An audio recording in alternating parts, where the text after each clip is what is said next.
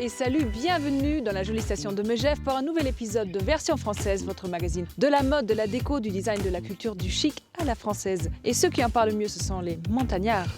Natürlich. Aujourd'hui dans Version Française, une émission qui sent bon l'air pur et la neige fraîche. On commence avec les bérets Lohler, fabricants de ce mythique couvre-chef depuis plus d'un siècle. Découvrez le portrait d'Emmanuel Renaud, un chef étoilé en plein cœur de Megève, inspiré par les montagnes. Le Mont d'Arbois, c'est ce douillet cocon où l'on rêverait de s'installer pour un séjour 100% détente, et c'est notre repérage. Mom, Dad and Me, une entreprise familiale qui a la passion du bois et qui crée de jolis meubles pour nos bambins. On adore déjà notre relève de la semaine. Mais tout de suite, point de vue, un regard affûté sur le nouveauté stylée de la semaine. Chic, Version Française, c'est maintenant.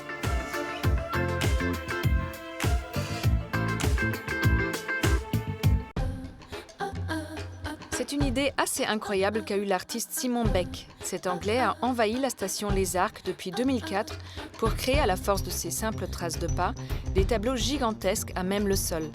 Des véritables œuvres du land art qui donnent le tournis. Le Ice Cube Bar, installé dans un hôtel du 18e à Paris, vous promet un moment rafraîchissant. Un bar de glace unique dans la capitale, exit la mini-jupe, ici le dress code c'est doudoune et moufle. Également pour ne pas geler la chaleur du dance floor et les cocktails à base de vodka, réservés à ceux qui n'ont pas froid aux yeux. On pense souvent à Doisneau pour ses photos de Paris à l'après-guerre et son baiser de l'hôtel de ville. Pourtant, le photographe observateur de la nature a aussi capturé avec son objectif les paysages et les habitants des Alpes. On peut admirer ses 120 tirages de ce livre, véritable témoin de la vie montagnarde au début du XXe. Avoir chaud, oui, mais rester chic toujours. Les bouillottes de Béa proposent la bouillotte classique, meilleure amie de votre hiver, mais pas seulement. Miniature à glisser dans vos poches, tour de cou pour les plus frileuses ou bouillotte sac à dos pour qu'elle ne vous quitte jamais. L'hiver sera chaud avec Béa.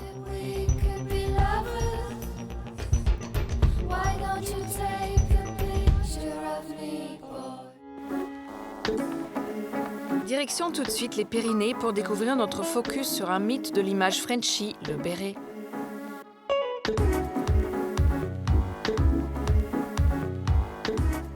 Le béret flirte avec le in et le has-been. On ne sait pas vraiment où le mettre ni comment le mettre. C'est la casquette du grand-père en balade, mais c'est aussi l'accessoire cool des breakdancers des années 90. Instant culture G, on a demandé au directeur commercial de Lohler l'histoire de la galette nationale. L'histoire de béret, il a commencé plutôt vers le Moyen-Âge, donc avec les bergères de Pyrénées, qui a fabriqué leur propre béret à la main. Hostile à une météo parfois rude, les bergers ont dû s'adapter et c'est comme ça que l'histoire du béret a commencé. Avec la laine de leurs propres moutons, ils ont imaginé ce couvre-chef circulaire. Puis le béret a fait son chemin et est descendu dans la vallée et s'est popularisé. C'est Lohler en fait, qui a fait la première usine industrielle. En fait. Là, on parle de 1840. Donc c'est la première fois qu'ils ont réuni toutes ces bonnes femmes qui travaillaient à la maison à l'époque, ensemble, sur le même toit, pour créer la première fabrique. Loin des pâturages, le béret est aussi un accessoire clairement fashion. Mais ce n'est pas la première fois que le béret était à la mode. Donc ça fait 70 ans qu'on Lohler vend les bérets aux stylistes et aux marques de la mode, aux magasins prêt-à-porter. C'est dans cette grande usine que la magie opère. On y trouve des machines de tricotage d'antan où on travaille la laine mérinos, la plus douce fibre de mouton, pour y tisser de belles toques sacrées signées Lohler.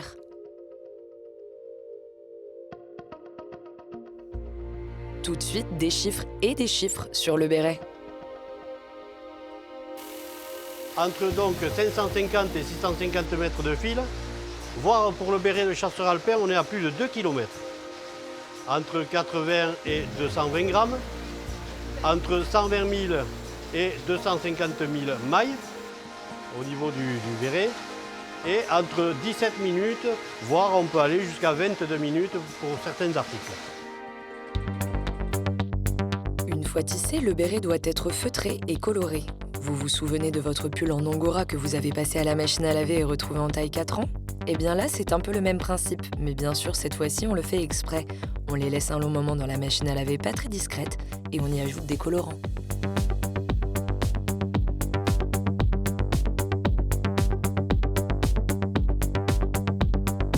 Fraîchement feutré et coloré, il va se faire enformer et sécher sur des structures en métal.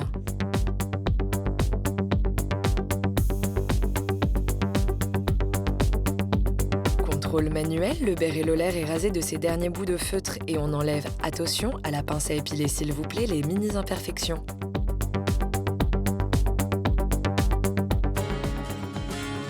Plus que du savoir-faire, un travail d'orfèvre.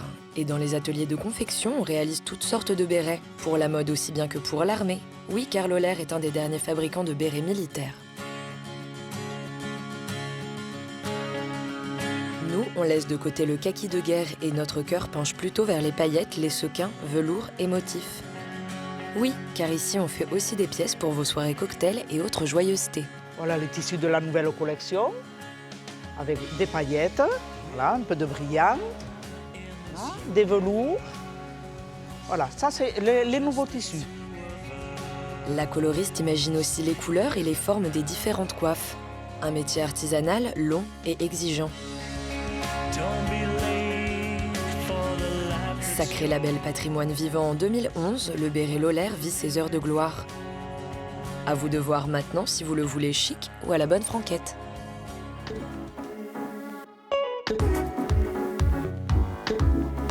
C'est un portrait gourmand que nous vous proposons aujourd'hui avec le chef triplement étoilé Emmanuel Renaud dans son restaurant Flocon de sel à Megève.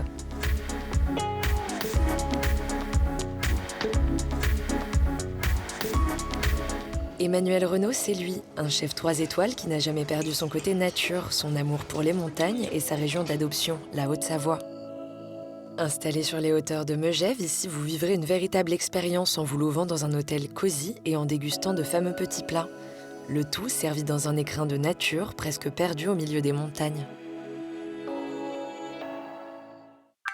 Si aujourd'hui son établissement fait partie des relais châteaux et que son restaurant est triplement étoilé, cette histoire a débuté il y a déjà 18 ans dans ce bistrot au cœur du village.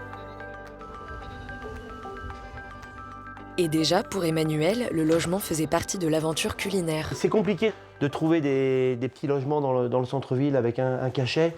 Et puis l'avantage, c'est que on est au-dessus du bistrot. Le logement, ça fait partie du restaurateur, de l'aubergiste, de pouvoir prendre quelqu'un du début à la fin, il n'y a que s'en occuper, et pas de s'en occuper, de le cocooner. Ma passion, c'est de retranscrire la montagne dans l'assiette, et les gens, c'est important de les garder un petit peu avec nous pour qu'ils comprennent un petit peu notre philosophie avant de déguster les plats. Allez, hop. De sa cuisine en centre-ville à sa cuisine dans les montagnes, ce qui change, c'est l'espace et la vue. Aujourd'hui, c'est face à une fenêtre qu'Emmanuel cuisine, car la montagne, c'est sa source d'inspiration. Je veux que les gens se promènent à travers la montagne, en partant des bords du lac jusqu'au sommet, avec les racines, avec les poissons, avec les herbes, avec les fleurs, retranscrire ce qui se passe à l'extérieur et faire goûter un bout de montagne dans les assiettes aux clients. C'est au gré des balades, des cueillettes, de ses parties de chasse ou de pêche qu'il trouve l'inspiration pour composer ses belles assiettes. Travailler dans le respect des produits et de ce que la nature offre pour faire vivre à ses clients une expérience unique. On n'a pas de carte pour une saison, et encore plus l'été que l'hiver, mais il y a des produits qui ont 15 jours de vie. Quand il y a des fleurs, quand il y a des herbes, il y a des moments qui sont très très rapides. Par exemple, là, il y a quelques temps, on avait les œufs de poisson du lac. Mais ça dure qu'une dizaine de jours, donc on en fait profiter pendant 10 jours. C'est des produits d'exception, mais où on ne peut pas gérer l'approvisionnement. Donc on vit avec la nature, et c'est la nature qui nous fait dicter la carte et évoluer au gré des journées. Beaucoup de passion et de la bonne humeur. Oh Peter, good morning. Comment ça va? Non, j'ai mis de la crème, vous rigolez ou quoi? C'est la recette qui marche dans la cuisine d'Emmanuel. C'est surtout d'avoir des équipes qui connaissent la maison. Nadine travaille avec moi depuis 11 ans, Peter depuis 4 ans et demi, 5 ans, ouais, un peu plus de 4 ans.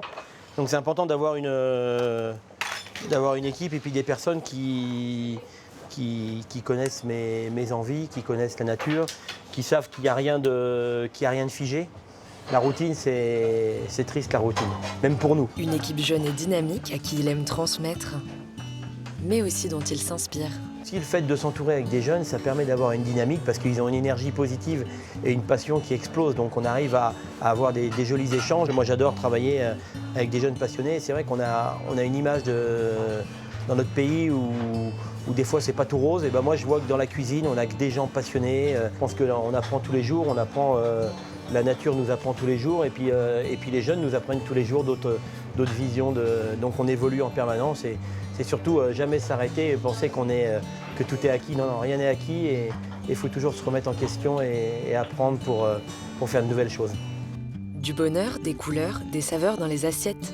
La cuisine d'Emmanuel Renaud, elle est belle, grande, fraîche, comme sa montagne.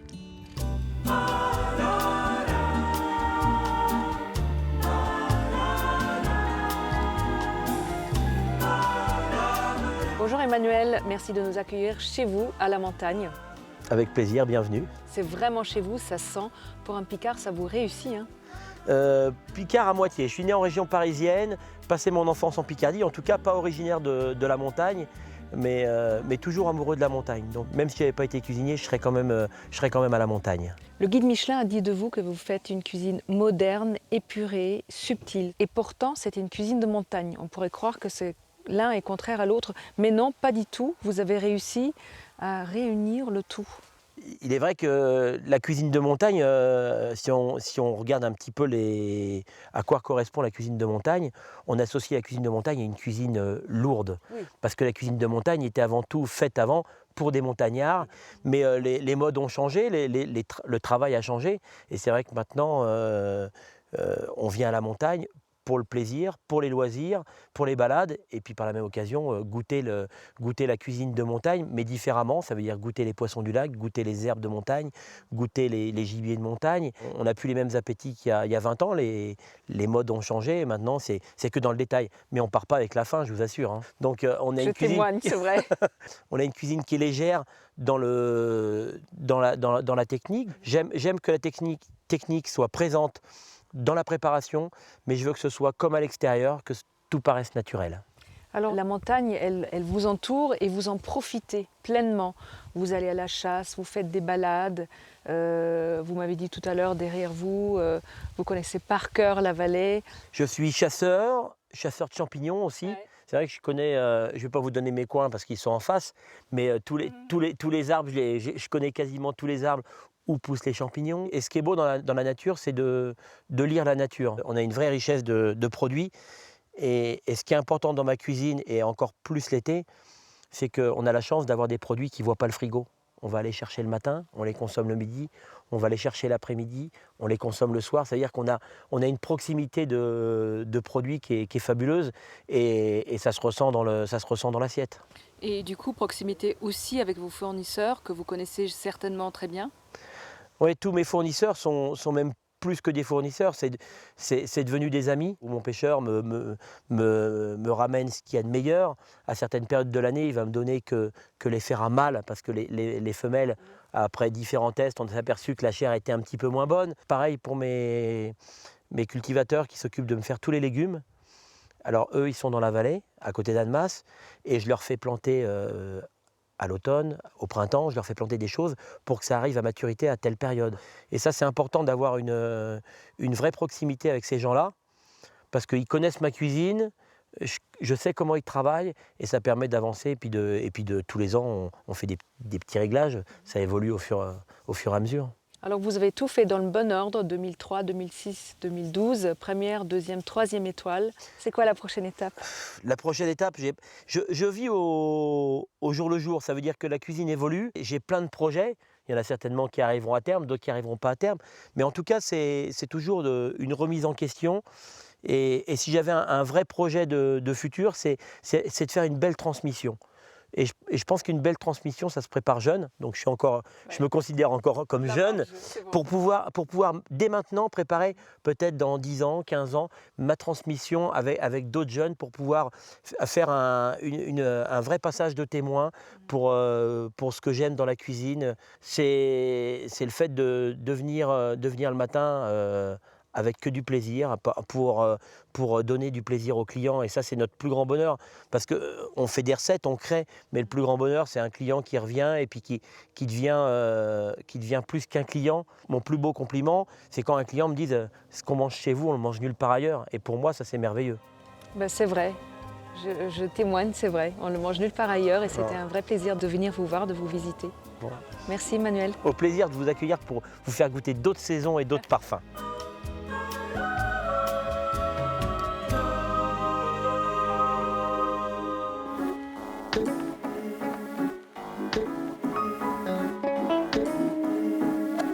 Repérage tout de suite au Mont d'Arbois, un hôtel-restaurant spa où il fait bon poser ses valises pour un grand bol d'air pur.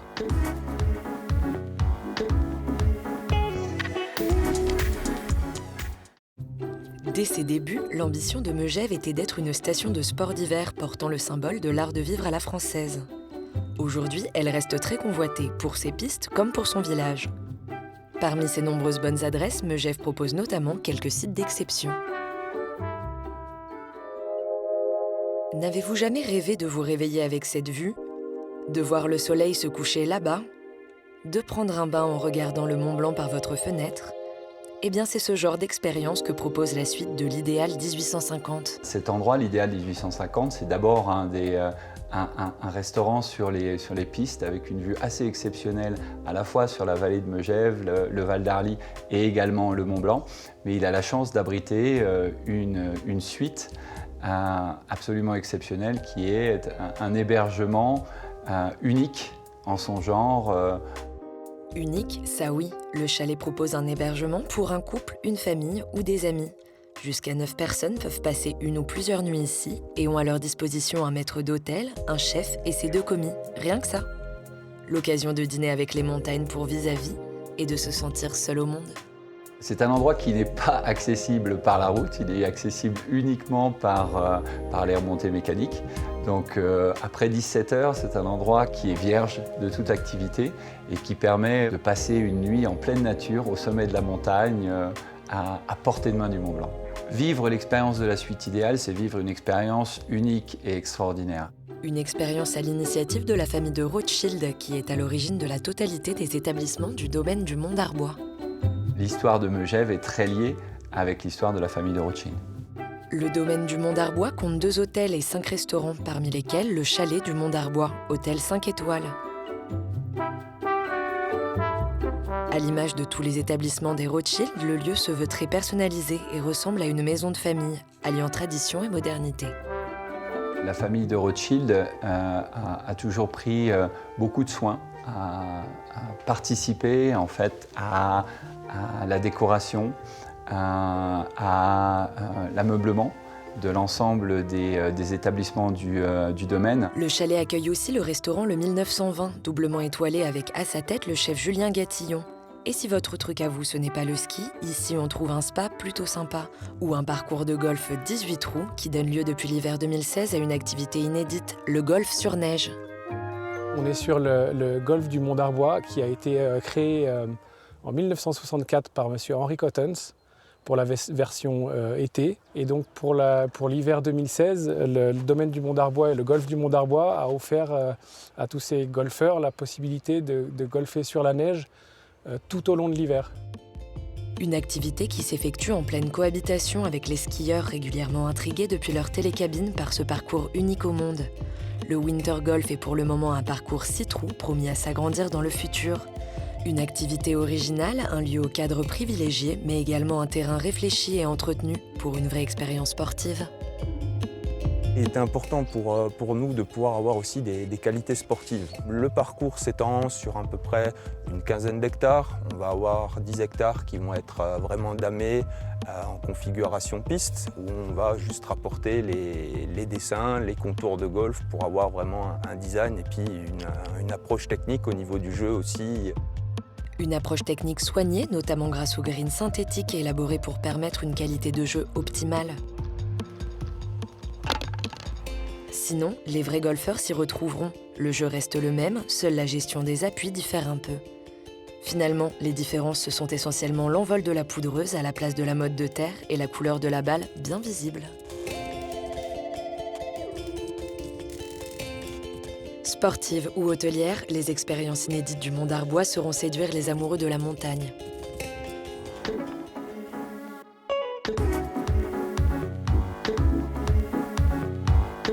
Rencontre avec une famille pleine d'énergie qui crée des meubles pour enfants tout en bois.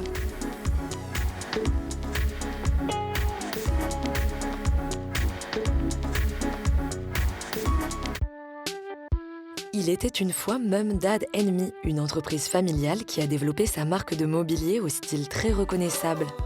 Dans la famille, il y a Loana, son époux Romain, et Bastien, le frère de ce dernier. La marque s'est établie à Angoulême depuis 2013 et se construit à coups d'aller-retour entre l'atelier et le magasin. Mais quelle est donc l'histoire de la marque ?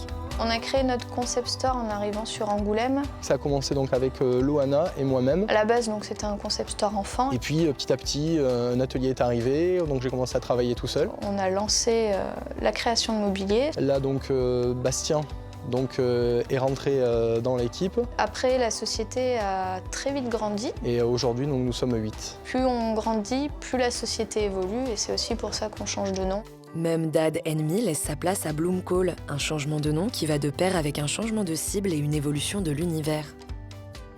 La marque évolue puisqu'on ne propose pas que du mobilier à des enfants mais aussi à des adultes. Et ce mot-là, je dirais plutôt la Norvège nous caractérise, plutôt la Scandinavie sur le style de notre mobilier. Un style aux inspirations scandinaves donc, mais un univers aussi très poétique, épuré, aux couleurs douces et poudrées. On aime les lignes pures, les matériaux bruts, du coup on s'amuse autour de tout ça en fait. Et derrière cet univers, l'esprit de famille n'est jamais bien loin. Une entreprise familiale, le côté familial, maman, papa, notre fils, notre papa, mon épouse. Un vrai travail collectif à l'initiative duquel on trouve souvent Loana, touche créative de l'équipe. C'est plutôt moi qui vais donner les tendances déco, on va dire, les influences. Moi je vais dire, bah voilà, je la veux comme ça, telle hauteur. Puis Audrey, elle va commencer à dessiner, puis je vais dire, ah bah non, ça me plaît pas, tu me refais ça.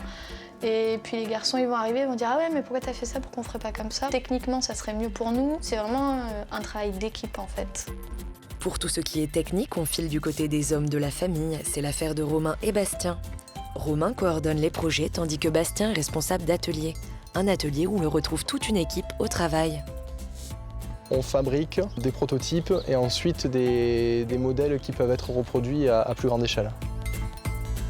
Dans l'atelier, on travaille non seulement la collection, mais également beaucoup pour le sur-mesure et l'agencement d'espace, car Mum Dad Me diversifie ses activités.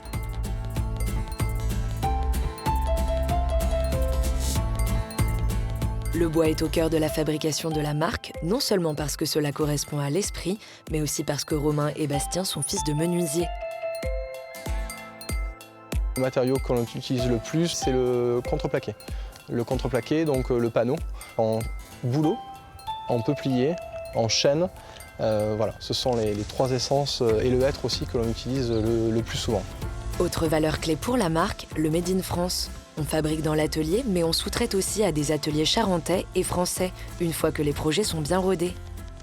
Mum Dad Me est entièrement français, donc des matériaux, jusqu'à la fabrication, donc qui est faite dans nos ateliers ou alors dans d'autres ateliers avec lesquels on collabore. Retour au magasin où la collection s'expose. Ultime mot-clé de la marque, la modularité. Vous allez pouvoir ici moduler votre cuisine suivant votre intérieur, donc choisir plus ou moins de caissons, vos couleurs, intégrer le micro-ondes, le frigo, enfin voilà, tout est possible. Nous avons 4 hauteurs de pieds, S, M, L, XL. Le pied L correspond à une table de repas qui est modulable avec tout notre mobilier. Vous pouvez également choisir la couleur ou la forme du pied, compas ou tourné. Vous allez pouvoir également choisir votre plateau ou votre caisson suivant le produit qui vous intéresse. Et donc vous allez moduler votre table grâce à ces piétements. Et donc là nous retrouvons une table manche debout avec un plateau de taille M avec une composition de pieds en XL. Je pense qu'on est tous contents de retrouver un mobilier qu'on peut personnaliser et pas forcément retrouver chez sa copine. Alors elle va peut-être avoir dans l'idée la même chose mais pas de la même couleur ou sur la même hauteur avec le même piétement et ça c'était très intéressant pour nous de développer cette partie-là. Mum Dad Me devient Bloomcall donc. Prochaine étape pour cette famille pleine d'ambition, un espace plus grand où s'associeront magasins, ateliers visibles au public et espaces de restauration. Une jeune marque qui n'a pas fini de grandir.